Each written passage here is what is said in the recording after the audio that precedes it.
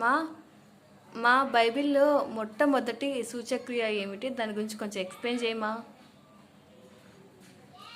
బైబిల్లో మొట్టమొదటి సూచక్రియ అంటే నిర్గమాకాండం 3వ అధ్యాయం 2వ వచనంలో మండుచున్నప్పటికీ కాలిపోని పొద అంటే మోషే పారిపోయి మిద్యాన దేశానికి వెళ్తాడు.